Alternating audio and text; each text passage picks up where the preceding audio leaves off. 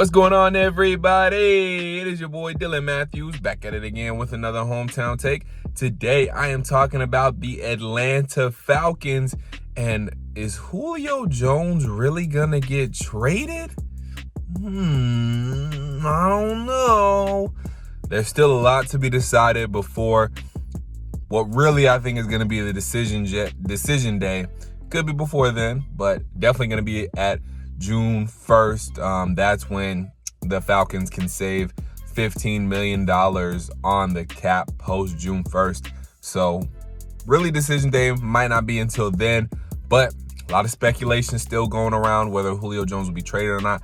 I'm going to get into whether or not the Falcons are really going to trade Julio Jones. But before I do that, make sure you like this video, comment your thoughts, subscribe to the channel. Make sure you check out the first link in my description box to buy me a coffee to help fuel this channel.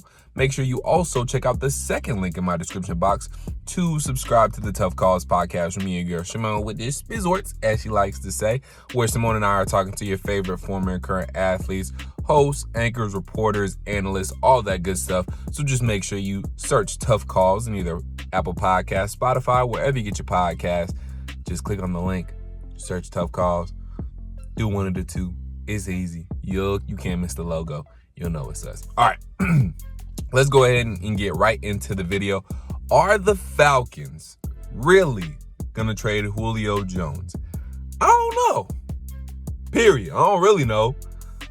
If I had to guess at this point, I'm still going to say no. Why am I still going to say no? I know before I said they had to do something. I think they will figure that something out. But from what I'm getting and hearing now and just the vibe I'm feeling now, I don't feel like that's the move they're going to make to free up cap space. At this point in time right now, when you're seeing this video, the Falcons need to free up about $7 million in cap space to sign the rookie class. They free up about $7 million in cap space. They should be good. So they can restructure Grady, I still think.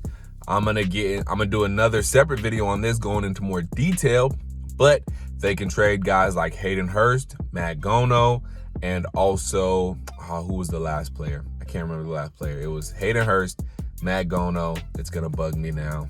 I don't know if I can think of it. But there's one more player. Watch the video if you want to find out who that third player is. So there's a tease for you. If I remember, I'll mention in the video though, but I can't remember who it is now. Anyways, so they have options they can do to free up some more cap space. They could even try and restructure Julio. I don't know if Julio will be going for that, but they can try it if they haven't tried it already. So the Julio Jones, no, by any means has to be traded. He doesn't have to be. It might be the easiest way out, and it still might be a route Terry Fontenot, Arthur Smith want to take, but honestly, I don't think they want to take that route. I don't want us to take that route. I want the Falcons to have the combination of Julio Jones, Kyle Pitts, and Calvin Ridley, because our offense will be stupid. It will be crazy. Add Russell Gage in there too. If we keep Hayden Hurst, I don't know. I'll be surprised if we keep Hayden Hurst and Julio Jones. If both of them are still on the same team by this year starts, oh boy, we got a lot of weapons, but that's good. So we'll see what happens. But like I said, I'll do another video getting in detail on how Hayden Hurst, Matt Gono, and another player could all be traded to help save some cap space. But either way it goes, we need to save $7 million. And also, I was reading an article, it was Blogging Dirty by Fansided.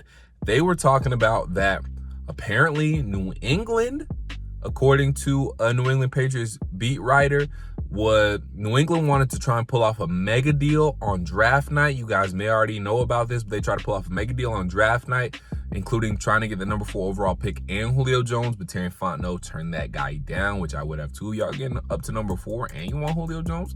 No. Anyways, also, it has been confirmed pretty much that the Baltimore Ravens reached out for Julio Jones, but obviously no agreement has been made there. So even though they're taking calls on Julio, obviously they haven't got anything they really wanted yet. And of course, they're not going to give anybody Julio for nothing. You're going to have to give up a haul still, because he's still one of the dominant and one of the best wide receivers in the game to this day. So it's going to be interesting to see whether or not they trade Julio, but I think it's becoming more and more of an option and more of an outcome where Julio Jones remains on the roster, and I love it. I know I was talking earlier where, it seems almost inevitable, but I'm wrong sometimes. And this could be another point where I'm wrong, and I hope I'm wrong, because I don't want Julio Jones to go anywhere. I want him to be an Atlanta Falcon for life, especially since Matt Ryan's have to learn another new system, even though he says it's like a West Coast style that he has played in before. Same offense, just different names for it. Probably same as like Kyle Shanahan type offense.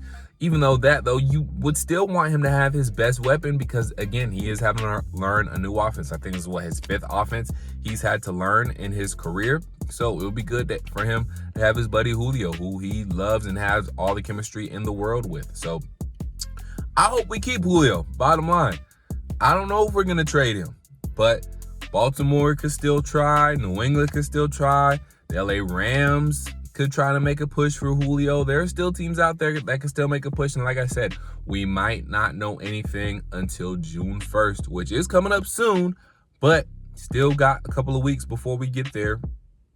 A week and a half, something like that. You get what I'm saying. Anyways, there's still time for the Falcons to decide what they're going to do post June 1st, because again, after June 1st is when they would save the $15 million, I believe, against the cap if they do trade or move on from Julio Jones. So we're going to see what happens, guys. It's going to be interesting, but let me know what you think down in the comments below. Do you think Julio Jones is going to get traded? Do you want the Falcons to trade Julio? I think all Falcons fans can agree we don't want Julio to go anywhere. But do you think he's going to go anywhere? Do you think he's going to be on another team to start this NFL season? I hope not, but I just don't know. But make sure you guys like this video, comment your thoughts, subscribe to the channel. Make sure you check out the first link in my description box to buy me a coffee to help fuel this channel. Shout out to everybody who's already bought me coffees. And still, shout out to you for watching. Even if you haven't bought me a coffee, it's all good. You don't got to. I know we can't just be all willy-nilly with our money, but if you do and you can, I appreciate you. Anyways, check out the second link in my description box to subscribe to the Tough Calls podcast. Now, everybody should do this because this is free. Just go to Apple Podcasts, go to Spotify, search Tough Calls, or click on the link in my description above. It'll be above. The description is below, but the link is above before you see all the words and stuff. You get what I'm saying? Anyways, click on that link or just search it. You'll see the logo. It looks like me and it looks like Symone. We're talking to your favorite former, current athletes, reporters, anchors, hosts, all that good stuff. It's free. Subscribe it. Share it out to your friends. You know what to do. I appreciate you guys watching. We'll see if Julio Jones gets traded. The decision is coming soon. But until I talk to you guys next time, peace.